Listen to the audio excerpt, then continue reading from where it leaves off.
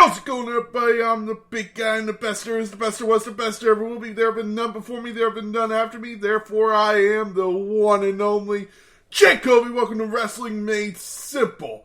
We got a great week in wrestling. We got the news of the week, followed by your SmackDown and Raw review. And then we're doing something a little different this week. Because there's still no pay-per-views for a little while, we are going to go into a review of WWE in 2017, what I think is one of the best modern years in wrestling in a long time. And then we have your WWE Drink of the Week, followed by a reading from the Book of Rules. And then the Battle Droid of the Week. But let's get into the news this week, as is Bray Wyatt returning to WWE? Apparently, according to Fightful, I'm trying to remember, WrestleVotes, PW Insider, everyone is reporting Bray Wyatt is coming back to WWE, and even on Raw this week, there were speculations of a hand in the background being a sign to Bray Wyatt returning in WWE. If this is true, holy shit! Because Bray Wyatt is not the only Wyatt family member, as Braun Strowman has also been reported to links of WWE returns while still running his own promotion, Control Your Own Narrative, such as Booker T did while he was in WWE as a commentator, running his own promotion as well. I cannot tell you how happy I am if Bray Wyatt is coming back to WWE. I have missed him on WWE television. He could be something great for WWE right now. Have a feud with Judgment Day, maybe. You could have him go against Karrion Kross. Oh, this could be good. This could be good. But that isn't the only star returning, as Johnny Gargano has been linked to a WWE return, as Shawn Michaels has mentioned him on a D-Generation X podcast. Shawn Michaels has mentioned that Johnny Gargano might be making a return to WWE with Candice LeRae. And as Dexter Lumis has been confirmed to return to the company as his appearances on Raw, this could be something, though. Could we get a return of the way, of the Johnny Gargano way, the family way, whatever you want to call it? Could this be a return to the way for WWE? It may be. With Triple H in charge, man, this could be something genius. We have Johnny Gargano, Bray Wyatt. There are talks of Braun Strowman. He has since brought Hit Row back. This could be awesome. And now it has also caused a little fear in AEW, as AEW superstar wrestler, whatever you want to call it, and talent coach Matt Hardy believes that people will leave AEW to go to WWE now that Triple H is in charge of creative. People like Kenny Omega might leave. People like the Young Bucks. You never know what could happen nowadays. Anyone could jump ship from company to company. Cody Rhodes is proof of that. So, and if you want proof from WWE, William Regal. You don't know what could happen in wrestling nowadays. I love this. This is awesome. We are going to... This is the wrestling that people wanted to see in WWE. You want proof? Let's go to SmackDown. As SmackDown kicked off with the first round of the WWE Women's Tag Team Championship Tournament with Raquel Rodriguez and Aaliyah versus Shotzi and Xia Li in a great match. Really debuted everyone's talent here in this match. Again, I hope they get rid of Raquel's just smile and be happy gimmick and really make her like the Latina destroyer she was in NXT. But there still was a great match. Enjoyed it. Awesome way to kick off the show. Raquel Rodriguez and Aaliyah pick up the win and move on to the next round in the tournament. You know, I hope they go on to the finals to face Dakota Kai and Io Sky. How cool would that be?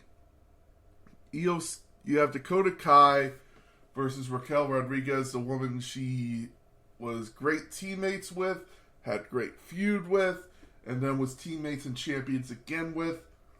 And you have Io Sky, the woman who feuded with Raquel Rodriguez, to take the title from her.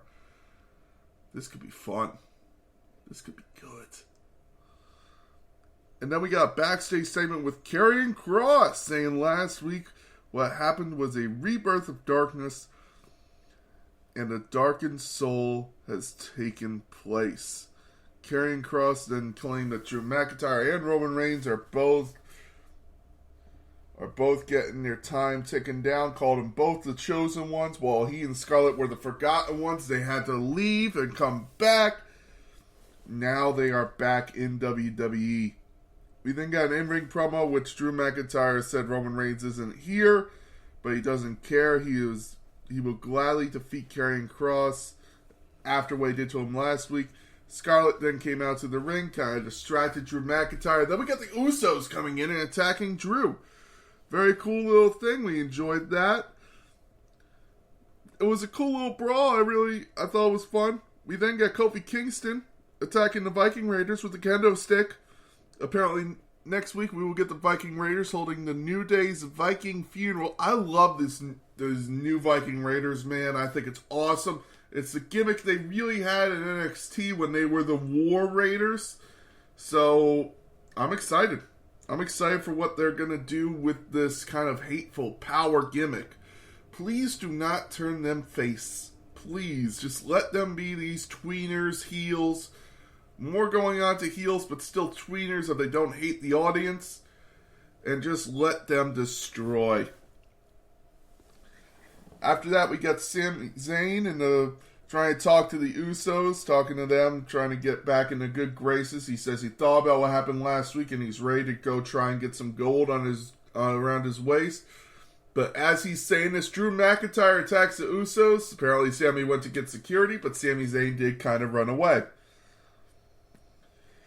It was then made official that there will be a tag team match later in the evening with Drew McIntyre versus the Usos and a partner of Drew McIntyre's choosing.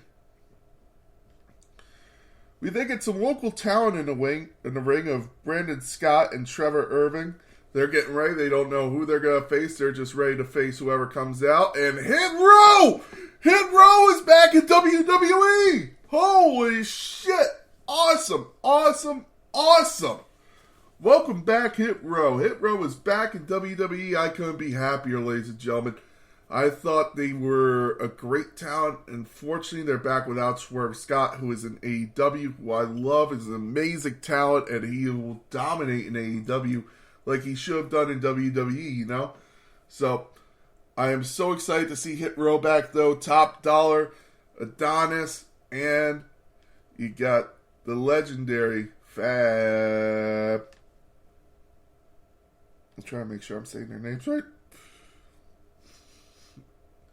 So, making sure I'm not fucking up saying the wrong names. You got B-Fab. Yep, I guess that's it, B-Fab. I got Adonis. Okay, we're good. They destroyed this local talent, and they're back. Triple H apparently called them and said, hey, I need my guys back. I need you guys back in WWE. They had no problem. There was no hard feelings. They came back. You know, I've heard that Top Dollar is a kind of heat magnet backstage. I just hope he's worked on his personality. And B-Fab, I truly think, could be a star in the women's division. Unfortunately, she just wasn't around long enough to where you're like, okay, she could be a star.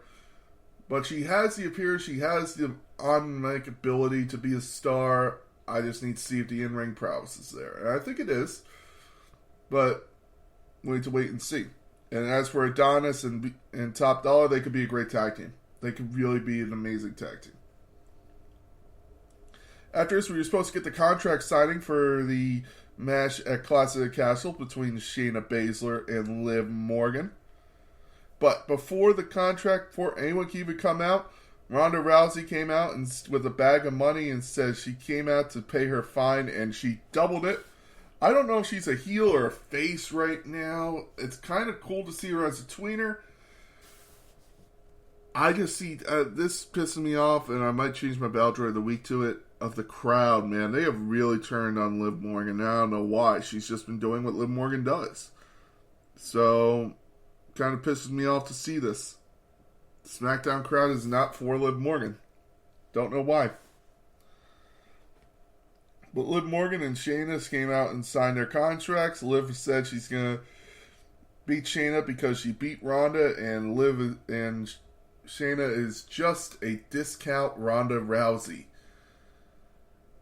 We had Ronda confront Shayna Baszler as Shayna was coming to the ring. She said, "You used to be a killer." I don't know what this means, but this could be good. Ronda Rousey has gone on Twitter saying, "Hey, you're bringing people back, re-sign them." And that's all she said to a WWE tweet, or I believe on Instagram. So, could this mean she's hinting at a return for Maria Shafir and Jessamine Duke? Or, I don't know who she's talking about. It could be they're reforming the Four Horsewomen because they have the Four Horsewomen of WWE, Four Horsemen of UFC. Time for a war. Could be. It could be. We then get Drew McIntyre versus the Usos. Drew McIntyre came out by himself and tried to have a 2-on-1. Unfortunately, it didn't work out so well for Drew. So in comes Madcap Moss to make the save. Madcap Moss starts attacking the Usos. Now it's a tag team match. Drew McIntyre and Madcap Moss pick up the win. Drew McIntyre was said to be injured in this match. He showed on Raw he isn't. Good to see. He was worried that he had a back injury, but he is back and he is good to go, so we don't have to worry about Drew McIntyre. We then get a Maximum Male Model skit where they were taking pictures, you had them all saying this shit, like, oh, focus on the abductors, focus on this, focus on that. I'm just like, oh, stupid. Then Los Lotharios came in and they said they wanted to work for Maximum Male Models. But Max declined, and then they said they weren't talking to Max. They were talking to Maxine, who they might have been flirting with a little. I don't know what this is going to lead to, because the talk backstage, from what I've heard from WrestleMania, reading their articles, is that they want to return to LA Knight and lose the Max Dupree gimmick, so I wouldn't be mad at that at all, but it makes me wonder then why even bring him up like this.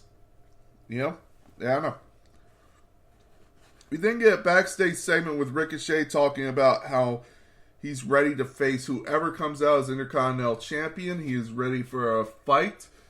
But as he is talking, Happy Corbin attacks Ricochet, saying they ain't done yet. This might be a match at Clash at the Castle, which I would love to see. Maybe they finally give Ricochet a little push. We then get your main event for the evening as Gunther defends his Intercontinental Championship against Shinsuke Nakamura, and it was a brawl and a half. This is what I love about the Triple H era so far. He has really made these secondary titles that were supposed to be, oh yeah, there's the Intercontinental Championship for those who aren't ready to go after the WWE Championship yet. There's the United States for those who aren't ready for Universal, you know?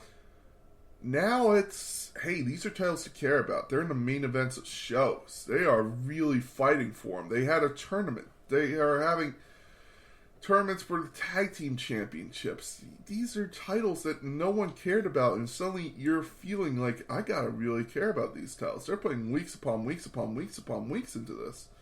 I think he got that, and I'll give credit where credit's due, from AEW. You had an AEW tournament for the TNT title. You had tournaments for the new Atlantic Coast title. I believe that's what it's called, the Atlantic title. You have all these tournaments, and that was actually, it made you care about these other titles. So you know what? I think it's smart. I will give AEW credit. I think WWE got a little bit of their ideas from this. So, hey, it worked. It works. Everyone's caring about all these titles, so... And this match was no different. This title match was amazing. Enjoyed it. Gunther was able to pick up the win over Nakamura. But Nakamura got up. He had a stare down to show, hey, maybe this feud ain't over. This could lead to something. This could lead to a pay-per-view bout. And you know what? They got a stadium show coming up. Yeah? Anyway, that was SmackDown. SmackDown was awesome this week. Got no problem saying that. Now on to Raw. This might have been a little It was Raw was this week. I'm going to start off with that. It kicked off with the Judgment Day addressing Edge and Damian Priest match next week. Damian Priest said he's going to retire Edge again in front of his friends and family, and this time Edge will stay retired. As they're talking, Rey Mysterio came out and hit everyone with a steel chair. But eventually he was beaten down by Judgment Day. Maybe this will show that, hey, Edge has someone in his corner next week on Raw in Toronto. We then get Little Miss Bliss in Asuka versus Nikki Ash and Doudrop in a WWE Women's Tag Team Championship tournament match in the first round. Very good match. Everyone in this match performed well. I have no problem saying Nikki Ash and Little Miss Bliss have amazing in-ring chemistry. They really perform well together, and you had Doudrop and Asuka pick up a very good, sizable part of that match as well. Asuka ends up making Doudrop tap out. Very good match. Really enjoyed the tournament matches. So, if you want to continue with that, this tournament so far has been awesome. It will be now Nikki Ash, or Asuka and Alexa Bliss going in the next round versus Dakota Sky Dakota Kai and Io Sky. I just pulled a Bailey there. We then get Mr. Money in the Bank, Austin Theory doing a backstage interview talking about why he was off Raw last week. And again, unfortunately, the reason he was off Raw was because of his uncle passing away. But he addressed that he was off Raw, and he says he's ready to cash in whenever he wants. We then get a brawl between him and Dolph Ziggler. They are fighting, and then a hand peers out from nowhere. Eagle Eye fans were the ones to point out it looks like the hurt and heel glove of Bray Wyatt. Could this be it? Could this be Bray Wyatt's comeback? And I got goosebumps right now just talking about it, man. Because WWE highlighted it on Twitter. Something is going on. And it is, in the words of The Miz, awesome. Speaking of The Miz, we then get The Miz and Ciampa versus Cedric Alexander and Mustafa Ali. I forgot how good of a team these guys were, Mustafa Ali and Cedric Alexander. Because even though they were on the losing side of this match, they put on a high-flying event that you could really enjoy. I thought it was very fun to see them tag teaming again. I like Cedric Alexander as a face way more than a heel. I thought it was fun. I thought they put up a good fight. Miz and Ciampa were able to pick up the win. And then we get Miz presenting Ciampa with matching necklaces after the match, which Ciampa graciously accepted.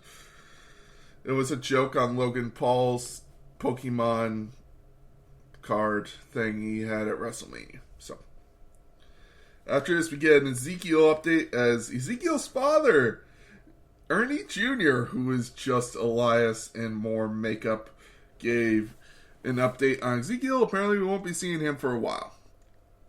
He then had a bunch of pictures, like all these fake pictures of Elias in different makeup to look like his mother, to look like his father, his two brothers, and a little kid. So it was all stupid. I hated that. We then get Drew McIntyre coming out to say all the reports of him having a back injury is true because he's doing the work of 20 people, and he will kick Roman's ass at Clash of the Champions. Kevin Owens then came out and said the prize fighter is coming for the winner of Drew versus Roman. He says it doesn't care if he's fighting for Intercontinental Championship, United States Championship, Tag Team Championships, the Undisputed Universal WWE Championship. He doesn't care. He's the prize fighter, and he's back. And then we got Drew McIntyre saying, I don't care if you're the prize fighter. I don't care what you are. Stun the world. I don't care. I'm here for a fight. And you know what? We call us what you want. Superstars. Stars. Prize fighters. I don't care. We are two wrestlers, and we are in a wrestling ring, so let's wrestle. They are getting rid of the banned words. Oh my God, what a shot to the past, man. Dear God, they do not, zero fucks are given. And you know what? They tear the house down. Drew and Kevin Owens have a great match. Unfortunately, it ends in DQ because the Usos get involved. I like that they're keeping the tag team champions on both shows. I know soon they're going to probably split them and have the tag team titles back on regular Raw and SmackDown. But awesome to see. Cool match. Great ending with the DQ to really help push the Clash at the Castle. Oh, God, I'm loving this. I'm loving the way Triple H is doing things. And again, to me, this was the most mediocre Raw of Triple H's era so far. So this is mediocre for him. We got a lot to look forward to. We then get Riddle telling Rollins that he is cleared to return, and the next time he will see him, it will be a Clash at the Castle. Riddle then came out and had a brawl with Seth Rollins. This match is official. There will be a match between Rollins and Riddle at Clash at the Castle. Awesome. I'm really looking forward to this match. Jesus, this is... And again, mediocre Raw in my opinion. We then get Veer Mahaan versus a local wrestler. Just completely destroyed him. Completely, it was just a destruction of a match. After this, we get Bobby Lashley versus AJ Styles in a great United States Championship match. A spear to end the match, but that wasn't what people were talking about as Dexter Lumis jumped the barricade. He was taken down by security and escorted out of the building. But this is what it's going to be. I guess Dexter Lumis gets an invasion angle. This is awesome, man. After this, we get... So, Bobby Lashley picks up the win. After this, we get Dakota Kai versus 24/7 champion Dana Brooke, and kind of the lackluster. After this, Raw kind of went downhill, in my opinion. You did Dakota Kai completely destroying 24/7 champion Dana Brooke. It was an okay match at best. The 24/7 championship just sucks. I don't know why it's still there. We then get Mr. Money in the Bank Theory versus Dolph Ziggler in your main event of Raw. I did not... When I saw this on the lineup, I'm like, really? The main event? I was shocked by that. But they're pushing Mr. Money in the Bank like they pushed when Seth Rollins was Mr. Money in the Bank. So, alright, they're really making him feel like he's something.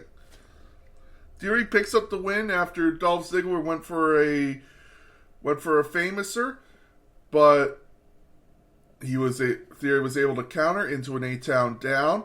Theory takes a bunch of selfies. Raw goes off the air. Alright. Again, the two matches at the end, the semi-main event and the main event, make this kind of a bit lackluster for me. But the rest of this show was awesome. Again, it's been the worst Raw of Triple H's era, but this is the worst. Okay. Alright. I'm excited. I'm excited for what this era is going to bring. These shows have been awesome. I'm really enjoying Triple H as head creative. Now, let's move on to the 2017 review. Now, I started watching wrestling in 2017, for those of you who don't know. I was not a fan growing up. My friend got me into wrestling. My first show I really ever watched was WrestleMania 33.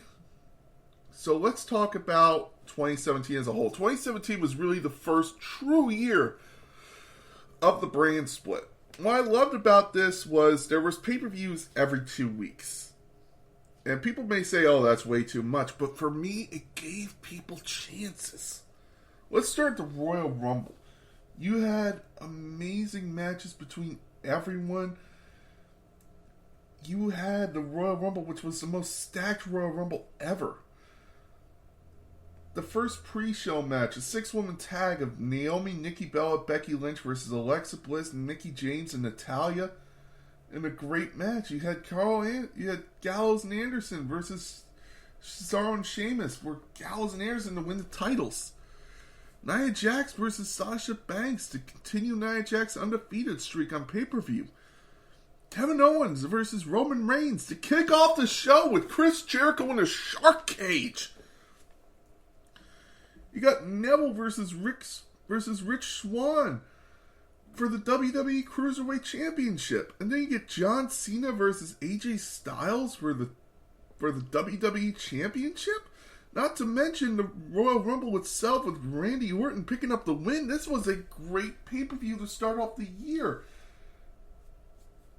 And that's because of the brand split. You got storylines that are just going, alright, here's this, here's this. This is for both shows. Everyone's getting a chance to shine. Let's move on to the Elimination Chamber. That was the next pay-per-view. You had Mojo Rawley versus Kurt Hawkins on the pre-show. These guys wouldn't be on a card after the... wouldn't have been on a regular card, let alone... wouldn't have been on Raw, let alone a fucking pay-per-view. But there they are. They're on the pay-per-view. They're maybe on the pre-show, but that's still a pay-per-view, damn it. You got Becky Lynch versus Mickie James. What an awesome match. You let the women shine. You let both divisions shine in this. You had Apollo Crews versus Kalisto versus Dolph Ziggler. Come on. And that was a good match. You then get a tag team turmoil match. Letting every team on SmackDown shine. Natalya versus Nikki Bella ended in a double countout. Not going to go there. Randy Orton versus Luke Harper. You're letting the storylines play out. This was a storyline that started last year as the Wyatt family were tag team champions, but you had Luke Harper thinking Randy Orton was destroying the Wyatt family, and then they cast out Luke Harper, and then Luke Harper was brought back into the fold during the Royal Rumble, and then he attacks Randy Orton and Bray Wyatt, and then he has a feud with Randy Orton. You then get Naomi versus Alexa Bliss, which would lead to WrestleMania. Naomi winning the title here, having to relinquish it, then being able to come back and win it at WrestleMania.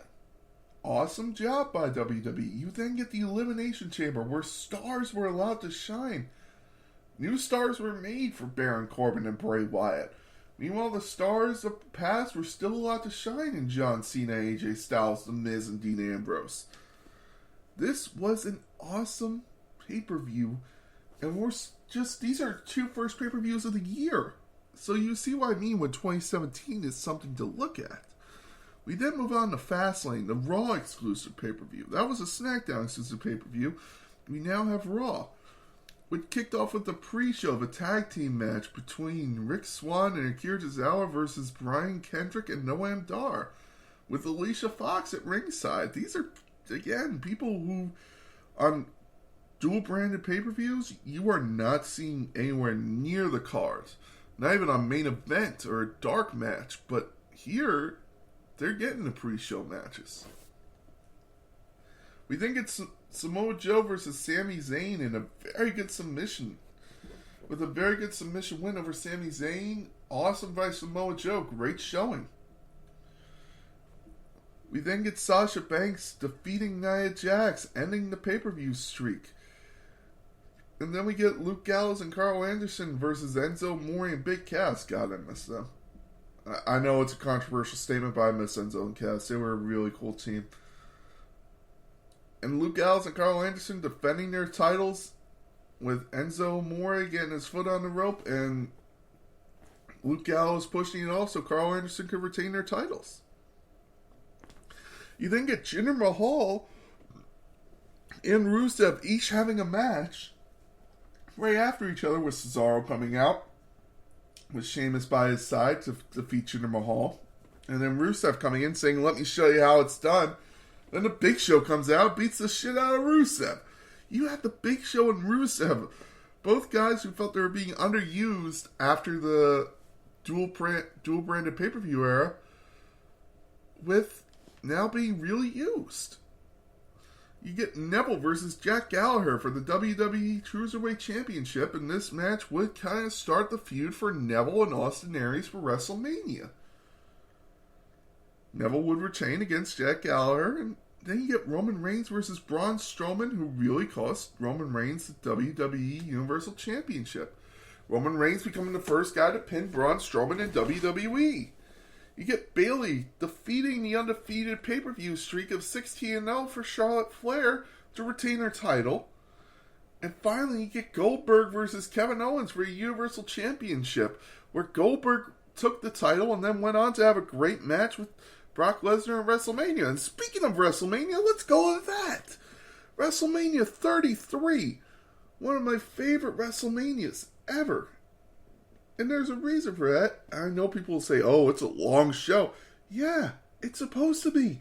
It's WrestleMania. You get the pre-show with the Andre Giant Battle Royal, showing everyone in this match. Mojo Rawley making himself a star.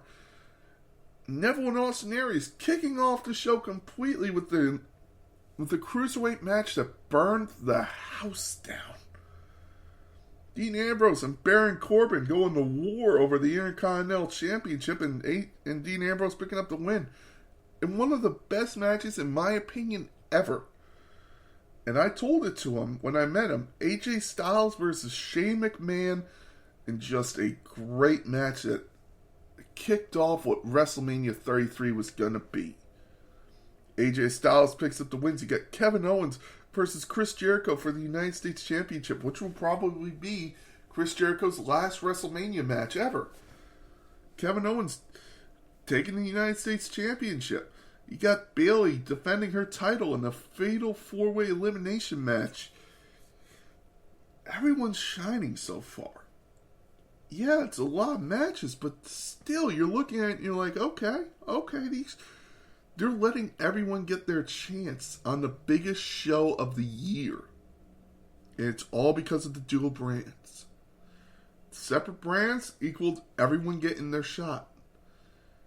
You got the Hardy Boys making one of the greatest returns to WWE ever, according to everybody else. I think it's awesome, but I don't think it's one of the greatest returns. Yeah, that's my hot take of the year. And then winning the titles in a fatal 4-way ladder match. You had a mixed tag team match between John Cena and Nikki Bella versus The Miz and Maurice, which John Cena ended up proposing to Nikki Bella after. You had Seth Rollins burn it down and slay the king of Triple H. This match gets a lot. I think it's one of the most underrated WrestleMania matches I can think of in this non-sanctioned match, because they were truly allowed to do everything. They were allowed to explore. Seth Rollins really sold a knee injury. Triple H really performing his ass off. I really think this is an underrated WWE WrestleMania match. You then get Randy Orton defeating Bray Wyatt, and probably which was the most lackluster match of the night. I'll give it credit where credit's due. This one wasn't a great one. But Randy Orton picks up his 13th WWE Championship. You then get Brock Lesnar versus Goldberg for the Universal Championship, which would lead to Brock Lesnar for 2+ years, basically.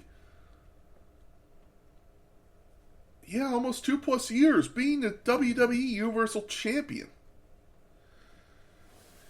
And then you get Naomi in her hometown in a 6-pack challenge, returning to win the SmackDown Women's Championship. And then finally, in your main event, Undertaker versus Roman Reigns in an okay match, but still was supposed to be the Undertaker's last match ever. Dual branded pay-per-views, man. We now move on. Let's move on to the next pay-per-view. Because again, I'm going through all of them. Because 2017 was a year to be remembered. Payback. One of my favorite pay-per-views of all time is Payback 2017. Just because I was so happy with every result. Enzo and Kaz picking up their win over Gallows and Anderson on the pre-show. Chris Jericho defeating Kevin Owens to win back the United States Championship, making Chris Jericho a SmackDown superstar. Kevin Owens would pick his win back up next night on SmackDown. Austin Aries defeating Neville by disqualification, who unfortunately did not win the title, but it was supposed to lead to a bigger feud, but Austin Aries would request his release from the company and has since gone on to make a lot of people angry on the independent scene. The Hardy Boys having a great tag team match versus Sheamus and Cesaro for the titles. Alexa Bliss beating Bayley in her hometown of San Jose to become the first ever woman to win Raw and SmackDown Women's Championship. Bray Wyatt versus Randy Orton in a House of Horrors match, which has since gone down as kind of the worst cinematic match of all time. I think if it was to take place in the quarantine era, it would have been way better. But I don't know, people just really hate on this match. I understand why it wasn't that great, but it wasn't terrible. Seth Rollins getting his revenge on Samoa Joe for breaking his knee and picking up a win. Braun Strowman getting his win back over Roman Reigns after Roman Reigns defeated The Undertaker, which was a great call because the crowd was really against Roman Reigns. After this, he got Money in the Bank with the first ever women's WWE Money in the Bank. Actually, get Backlash first. I'm sorry. Backlash came next. I thought it was Money in the Bank for some reason. You get Backlash with Shinsuke Nakamura debuting in his first singles match in the main roster. Ty Dillinger defeating Aiden English on the pre-show. Everyone was allowed to shine. Jinder Mahal became WWE champion on this show. Luke Harper versus Eric Rowan. Come on, when the fuck was that happening? Kevin Owens and AJ Styles having match of the night for the United States Championship, and they really need the United States Championship something. I mean, God, just looking back at this year, it made me smile. We then have Extreme Rules. Extreme Rules, another great show. Kalisto versus Apollo Crews on the pre-show.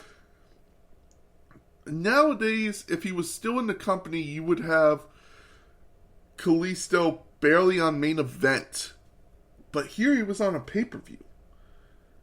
The Miz versus Dean Ambrose, defeating Dean Ambrose for the Intercontinental Championship. Rich Swann and Sasha Banks versus Alicia Fox and Noam Dar. Come on. In a mixed tag team match. What the fuck? Alexa Bliss versus Bayley in a kendo stick on a pole match. Probably the worst match of the night, but still was an okay match. Cesaro and Sheamus defeating the Hardy Boys in a steel cage to win the tag team titles back from Raw. Samoa Joe versus Finn Balor, Roman Reigns, Seth Rollins, and Bray Wyatt in a fatal 5-way Extreme Rules match to decide who will be the number one contender. After making Finn Balor go to sleep. God, 2017 was a hell of a year in my opinion. And then you move on to Money in the Bank, where history was made when Carmella became the first ever women's Money in the Bank winner. Technically, it was James Ellsworth. But I digress. You got the Hype Bros kicking it off on the pre-show versus the Colognes. Carmella winning Money in the Bank. Naomi defending her title against Lana. See, people were getting shot after shot at the title that you never thought would have a shot at the title. Jinder Mahal was WWE Champion because there were two separate brands and they let them have their shows. Baron Corbin was able to become Mr. Money in the Bank. You got Breezango versus the Ascension. Jinder Mahal would fail to Baron Corbin would fail to cash in, but still, it was something. And then you go to Great Balls of Fire. Still the stupidest name of all time. If it was named Bad Blood, I swear to God, it would have been something way better. But the matches itself, Bray Wyatt defeating Seth Rollins, Neville retaining his title against Akira Tozawa, Big Cass and Enzo Amore having their first singles match after splitting. God, I should have split them. Sheamus and Cesaro in a 30-minute Iron Man match against the Hardy Boys for the Raw Tag Team Champions. Sasha Banks versus Alexa Bliss via countout. The Miz versus Dean Ambrose with the Miztourage at ringside. Braun Strowman versus Roman Reigns in an ambulance match. Not to mention Heath Slater being Kurt Hawkins to continue Kurt Hawkins' losing streak. And then finally, You get the main event of Brock Lesnar versus Samoa Joe, where it was... I'm trying to remember what he said, where he said, I believe it was Paul Heyman said it, he would love to have a match between Brock Lesnar and Samoa Joe a couple years earlier, where it could have been a 30-minute full-on match. But both guys were getting older. Samoa Joe was getting more into his injury bout, but still, it was still a great show because of that main event. That main event made it something. You let people have their matches. And then we move on to Battleground, where Aiden English and Ty Dillinger's feud would continue on the pre-show. The New Day would go on with an amazing match versus the Usos. Shinsuke Nakamura versus Baron Corbin. Then you get Natalya versus Becky Lynch, Charlotte Flair, Lana, Tamina to determine the number one contender for the women's title. You get Kevin Owens versus AJ Styles for the WWE United States Championship. Funny enough, I would meet AJ Styles the day before this pay-per-view, and that's what really cemented me as a fan, because AJ Styles would have the WWE United States Championship after winning it at Madison Square Garden. He was actually supposed to hold on to the title. The ref made a miscount. This would lead to a special guest referee at SummerSlam, by the way. Just want to point that out. John Cena would defeat Rusev in a flag match, which was actually a great match. Again, you were letting people have their feuds. Sami Zayn versus Mike Kanellis. Think about that. Sami Zayn picking up the win. And then you get Jinder Mahal versus Randy Orton in a Punjabi prison match. You know, this match doesn't sit as bad with me as everyone else does. Just saying. Jinder Mahal would retain his title, and then you would go on to SummerSlam. I'm not reviewing NXT, by the way. I'm just leaving that for right now, because it was kind of developmental at the time before it became the real NXT. Don't get me wrong, they still had amazing matches, and maybe one day I'll review those as well. But you then move on to SummerSlam, where on the pre-show you have The Miz and the Miztourage versus the Hardys and Jason Jordan, who was getting his own push after breaking up with American Alpha. You get Neville versus Akira Tozawa once again.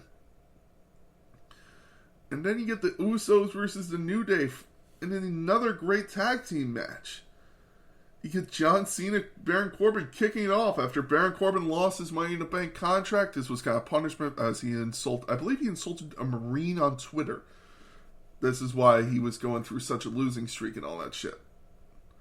So John Cena would beat Baron Corbin in 10 minutes. You would then get Natalya and Naomi, where Natalya would pick up the win. Again, punishment to Naomi for, I believe, she would go on a radio show and say she had something amazing planned for SummerSlam, and meanwhile they really had nothing planned for her entrance. That's why she lost the title here.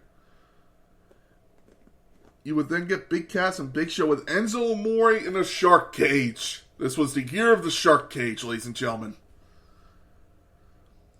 And Big Cass would defeat the Big Show. This would lead to a match next night on Raw where Big Cass would injure himself, and that would be the end of the feud between Enzo and Cass.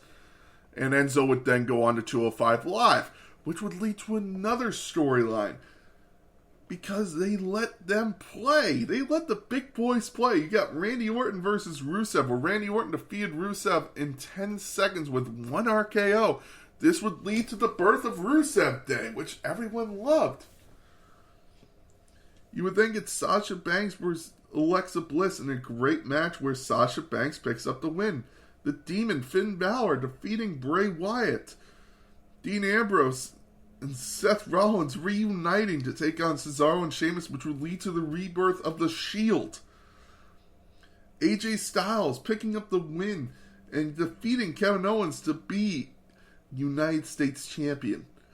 Jinder Mahal defeating Shinsuke Nakamura, the wrong choice in my opinion. I'm sticking with that one.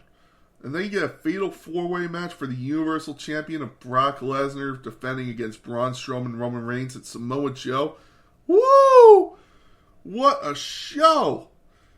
And ladies and gentlemen, we're only at SummerSlam. We still got a ways to go. We then get No Mercy. No Mercy going with Elias and Apollo Crews on the pre-show. The Miz and defending his title against Jason Jordan in a nice 10-minute little match. You then get Finn Balor and Bray Wyatt having a great match. Dean Ambrose and Seth Rollins going against Cesaro and... God. So what you're seeing is the storylines completely coming through. They're letting teams get 2 or 3 matches out to really cement that feud. Maybe they felt the roster wasn't that deep, but also people are getting shots. When would Jason Jordan get an Intercontinental Championship shot? Come on. Roman Reigns versus John Cena. What a great match with Roman Reigns proving he is the face of WWE right now. You then get Enzo Amore becoming Cruiserweight Championship. I celebrated this one. This was one of my favorite because Enzo Amore just made me smile and made me laugh. So you know what? He picks up the win and I enjoyed it. You then get the main event, which I thought was awesome, of Brock Lesnar versus Braun Strowman. These guys weren't paid by the hour, but they showed up and they had a match. Man. God damn. We then move on to Hell in a Cell. Hell in a Cell, you had the Usos and New Day really cementing their feud inside Hell in a Cell. They went to war. And this would lead to WrestleMania 35, where the Usos would say, hey, we went to war with the New Day. We respect you. We honor you guys. And they would forfeit because of this match. They would forfeit their shot to stop Kofi Kingston to go to WrestleMania. You would get Jinder Mahal defending his title, and then you would get Kevin Owens versus Shane McMahon in an amazing match, which saw Sami Zayn turn heel, which he still is to this day. This would lead to the rebirth of the Yes Movement, of Daniel Bryan coming back because of this pay-per-view. 2017 led to a lot of shit. The Shield coming back. You got Bobby Lashley coming back. Drew McIntyre. You got a lot of people coming back because of this year. People were made stars in 2017. The Shield coming back. You had the Shield versus the Miztourage at TLC after this. You had Asuka making her debut against Emma to keep her undefeated streak going. Alexa Bliss defeating Mickie James. When would that shit happen?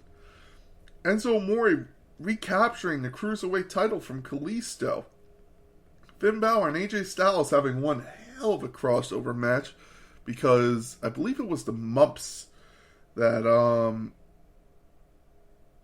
Bray Wyatt and Roman Reigns would get.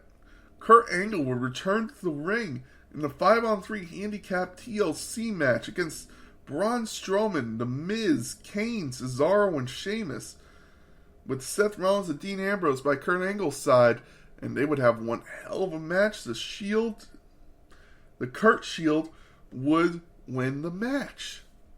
God damn. And then we get Survivor Series, which the Shield made their true pay-per-view return and fought the New Day in an unbelievable match. Enzo Amore retained his title on the pre-show. You had Kevin Owens and Sami Zayn versus Breezango. The Shield defeating the New Day on the main show. You got Team Raw of Alicia Fox, Sasha Banks, Bayley, Asuka, and Nia Jax versus Becky Lynch, Naomi, Carmella, Natalya, and Tamina with Lana at ringside. Holy shit. And this is Survivor Series. This happens every year, no matter what.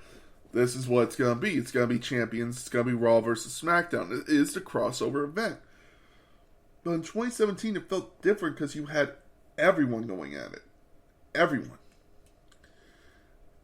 And then we move on to Clash of Champions.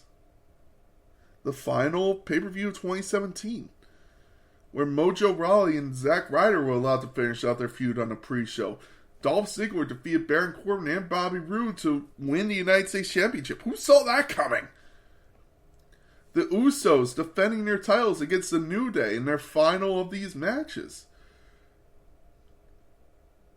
You got Charlotte Flair versus Natalya to hang on to her WWE Women's SmackDown Championship in a lumberjack match. The Bludgeon Brothers debuting Harper and Rowan to defeat Breezango, which would then lead to the Bludgeon Brothers becoming SmackDown Tag Team Champions at WrestleMania.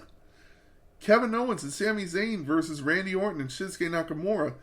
If Sami Zayn and Kevin Owens lost, they would be fired from WWE. And finally, in your main event, AJ Styles retaining his title over Jinder Mahal in the WWE Championship match. 2017 was a year, in my opinion.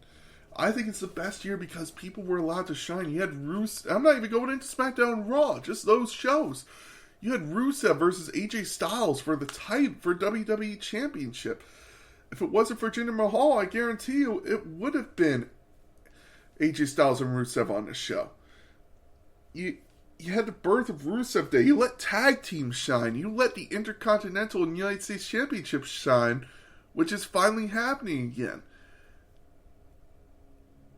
These single branded pay-per-views were genius in my opinion. And if I had my way, I would go right back to them in WWE. It gave people something to look forward to every 2 weeks. Oh, we got pay-per-view this week. Oh, we got pay-per-view this week. Awesome. And you know what? They came up with new things. It guaranteed that, hey, there's going to be a Clash of Champions. Hey, there's going to be Extreme Rules. There's going to be TLC. There is going to be these shows. It guaranteed this. I miss dual brand.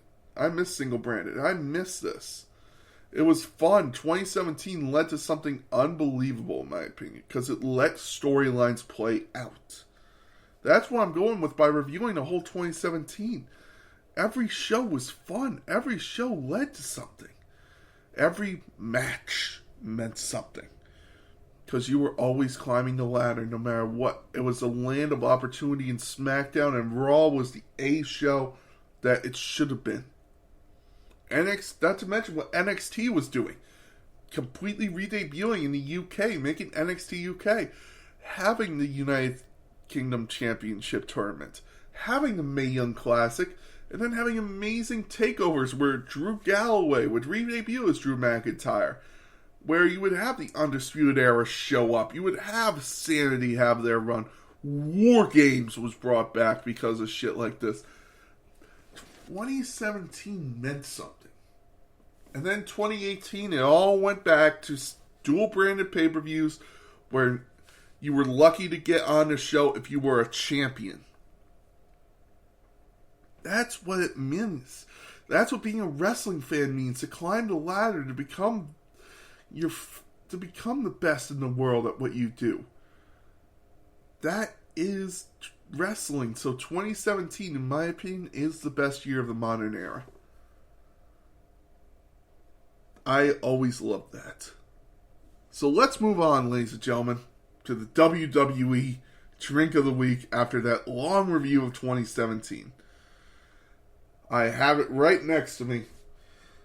Today I'm drinking sake. In honor of the Drink of the Week, a sake bomb.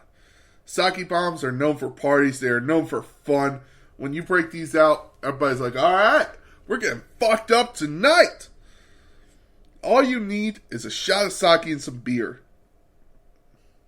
You fill a short glass with beer 3/4 of the way. And you fill the shot glass with sake. Drop in the sake. Take the bomb. Drink. Enjoy responsibly. Do not drink if you are under 21. Do not drink and drive. And please drink responsibly. This drink is a fun drink to have anywhere. Again, I'm drinking sake right now. If you're looking for fun, this is the drink to do it. And that is your WWE Drink of the Week. And now we're reading from the Book of Rules.